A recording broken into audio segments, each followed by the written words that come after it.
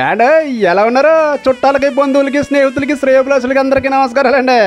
మీ అందరికీ శుభవార్తకు వచ్చానండి. పెళ్లి శుభవార్త. ఓ పాల సెవిడిపడండి. వివరాలను చెప్పేస్తానండి బ్రహ్మాండంగా.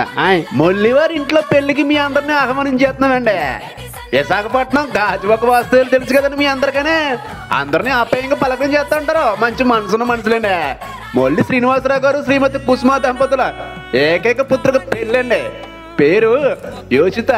చూసారా, ఈ అమ్మాయి తెలుగింటి సాంప్రదాయం ఉట్టు పడిపోతున్నట్లు ఉంటదండి పిల్ల చూస్తానా. ఏమండో బంగారు బొమ్మ అండి మరి మా అమ్మాయి. మరి అబ్బాయిది అంటారా?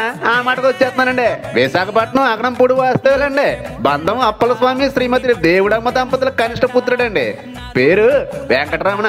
చూసారా, ఈ అబ్బాయి నా మనమతుల్లో ఉంటాడండి కుర్రాడా. ఏ మాటకా మాట కానీ జంటను చూసారండి. చూడముచ్చటగా సిలక కోరికలా కలకల్లాడిపోతున్నారు ఫోటోల్లోనా. ఏండో వాళ్ళ చూసేయకండి, మన దిష్టే తగిలేద్దే. పెళ్ళికి వస్తారు కదా అప్పుడు చూద్దరు. కానీ వీళ్ళిద్దరికి పెద్దలు పెళ్ళెట్టేశారండి బ్రహ్మాండంగానే. ఎప్పుడు అంటారా? అక్టోబర్ 11వ తారీఖు అండి, శనివారం రాత్రి 12:29 మరి పెళ్ళి ఎక్కడంటారా?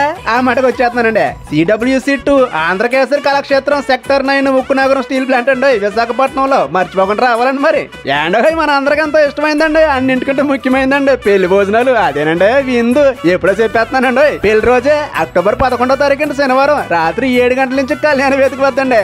మీరు బేగ వచ్చారనుకోండి, నావకాయ, పిండి వంటలు, 4 రకాల కూరలు సాదర కొట్టేస్తారండి మన వాళ్ళు భోజనాల.